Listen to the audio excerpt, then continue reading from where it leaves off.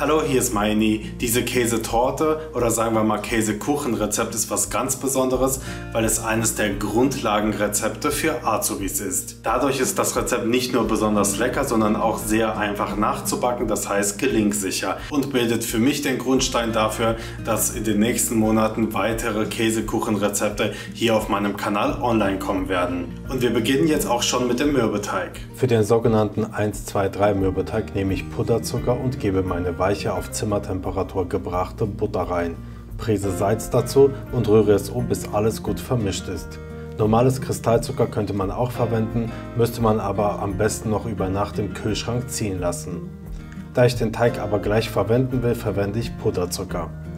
Warum der Teig 1-2-3 Mürbeteig heißt und warum ich in dieser Stelle nicht zu lange schlagen darf, damit keine Luft unter die Butter drunter gehoben wird, habe ich dir bereits in meinem großen Mürbeteig-Video zur Vorbereitung der Abschlussprüfung gezeigt. Das Video blende ich dir unten in den Kommentaren ein. Dort findest du wirklich alles Wichtige über den Mürbeteig.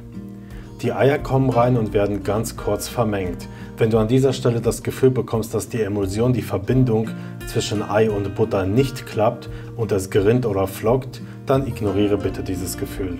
Die Eier sind vermengt, deswegen schlage ich nicht unnötig weiter, stoppe die Maschine und gebe das Mehl rein. Jetzt kannst du entweder mit der Maschine ganz kurz verkneten oder am besten mit der Hand. Wichtig ist, nicht zu viel kneten, weil wir den Klebstoff im Mehl möglichst nicht aktivieren wollen, weil der Teig am Ende mürbe bleiben soll. Aber das habe ich dir wie gesagt bereits in dem großen Mürbeteig-Video erklärt. Zitrone, Vanille oder irgendwelche anderen Aromen kannst du natürlich auch in den Teig mit verarbeiten. Jetzt bemehle ich die Arbeitsfläche und gebe die Brösel drauf. Die Brösel knete ich jetzt nicht großartig zusammen, sondern drücke sie etwas zusammen, mehliere sie leicht und fertig ist unser Mürbeteig. Da ich ihn heute nicht zwischen zwei Backpapieren ausrolle, müssen wir hier ein bisschen mit Mehl arbeiten. Deswegen forme ich ihn von Anfang an etwas rundlicher, weil er sowieso rund ausgerollt wird. Sollte er kleben bleiben, unten einfach mit einer flachen Palette schnell drunter ziehen und lösen. Wie du siehst, ist die Butter im Teig relativ weich, deswegen packe ich ihn für 20-30 Minuten, gerne auch länger oder über Nacht, in den Kühlschrank und heize schon mal meinen Backofen auf 200 Grad Ober- und Unterhitze vor. 20 Minuten später kommt der kalte Mürbeteig aus dem Kühlschrank raus, direkt auf die bemehlte Arbeitsfläche und wird vorsichtig ausgerollt. Mach dir bitte keine Sorgen wegen den Rissen an den Seiten. Einfach drüber rollen, dann verschließen sie sich automatisch. Zwischendurch gebe ich mit meiner Handfläche über den Mürbeteig, um zu fühlen, an welcher Stelle sie noch zu dick ist. Und dann rolle ich genau an der Stelle leicht drüber. So 3 bis 4 mm dick sollte er aber am Ende schon sein. Dann steche ich mir mit meinem 28 oder 30 cm Durchmesser Backform die richtige Größe raus und könnte jetzt die Teigreste verwenden, um zum Beispiel einen Rand herzustellen. Heute backe ich aber einen randlosen Käsekuchen und wenn ich beim Mürbeteig keinen Rand mitbacke, verzichte ich meist auf das sogenannte Blindbacken. Was Blindbacken ist, habe ich dir bereits in dem Kommentaren verlinkten Video erklärt. Die Teigreste lassen sich locker 10 Tage problemlos im Kühlschrank aufbewahren oder monatelang einfrieren und wiederverwenden. Jetzt mache ich aus dem Backpapier einen Boden für den Tortenring, indem ich mit der einen Hand das Papier an der Form festhalte und mit der anderen Hand einfach drum herum wickle. Richtig geklappt hat es erst dann, wenn ihr die Form hochhebt und das Papier nicht runterfällt. Einen Tortenretter oder Backblech schiebe ich auch gleich drunter und verweise dich darauf hin, dass du meinen Kanal kostenlos abonnieren kannst, wenn du noch mehr Videos von mir sehen willst. Gebacken wird der Mürbeteig im vorgeheizten Backofen bei 200 Grad etwa 12 bis 15 Minuten. Das hängt wirklich davon ab, wie dünn oder wie dick du den Teig ausgerollt hast. Orientiere dich bitte lieber an der Backfarbe des Teigs. Wenn die Ränder schon eine leichte Backfarbe haben, kann der Teig raus und kann für 15-20 Minuten kalt gestellt werden, damit der Boden härter wird. In dieser Zeit bereiten wir die total einfache Füllung vor. Für die Füllung gebe ich Quark, der Österreicher würde sagen Topfen, in eine Schüssel, schalte die Küchenmaschine an und gebe als zweites Zucker rein. Danach kommt Prise Salz und die Milch in die Schüssel. Öl gebe ich nicht rein, weil klassischerweise zerlassene Butter reingehört. Die Butter habe ich kurz erhitzt, bis sie geschmolzen ist und gebe sie im lauwarmen Zustand, gerne auch kalt, mit der Molke hier rein. Anschließend kommt das Mehl rein und muss wirklich sehr gut glatt gerührt werden. Damit das Ganze etwas weniger verklumpft, gebe ich die Eigelbe erst am Ende rein. Das Eiweiß habe ich erstmal zur Seite gestellt.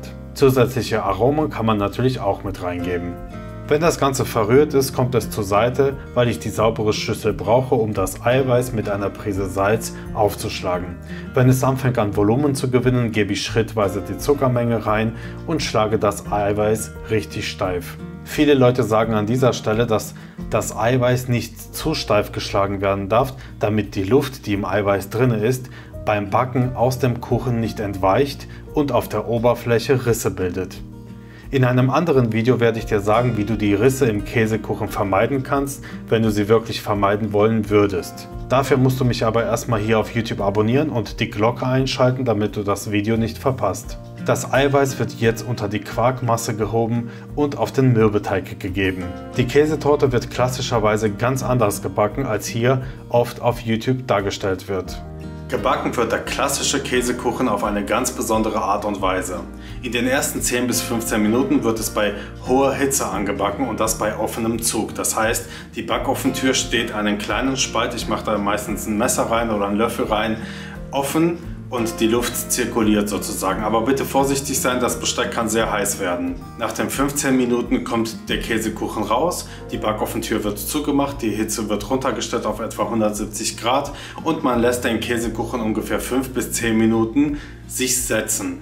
Das ist wichtig, damit sich die Oberfläche des Käsekuchens sich setzt und es quasi stabil wird. Dafür muss man aber den Rand des Käsekuchens anschneiden, damit sich die Oberfläche überhaupt erstmal setzen kann. Nach den 5 bis 10 Minuten Pause, wenn der Käsekuchen sich etwas gesetzt hat, kommt er wieder in den Backofen bei 170 Grad Ober- und Unterhitze und wird weitere 55 Minuten lang gebacken. Natürlich auch wieder bei offenem Zug, das heißt die Backofentür ist immer noch ein bisschen offen. Noch richtiger wäre es, wenn ihr nicht 55 Minuten quasi an einem Stück backt, sondern nach weiteren 15 Minuten den Käsekuchen nochmal rausholt, nochmal 5 bis 10 Minuten stehen lässt, vielleicht nochmal ringsherum einschneidet, damit es sich setzen kann, nochmal kompakt werden kann, damit die Oberfläche des Käsekuchens sozusagen darunter keine Luftblasen sich gebildet haben, sondern dass es sich wirklich setzt. Das wäre die richtigere Variante und dann schiebt man den Käsekuchen sozusagen wieder rein, damit es insgesamt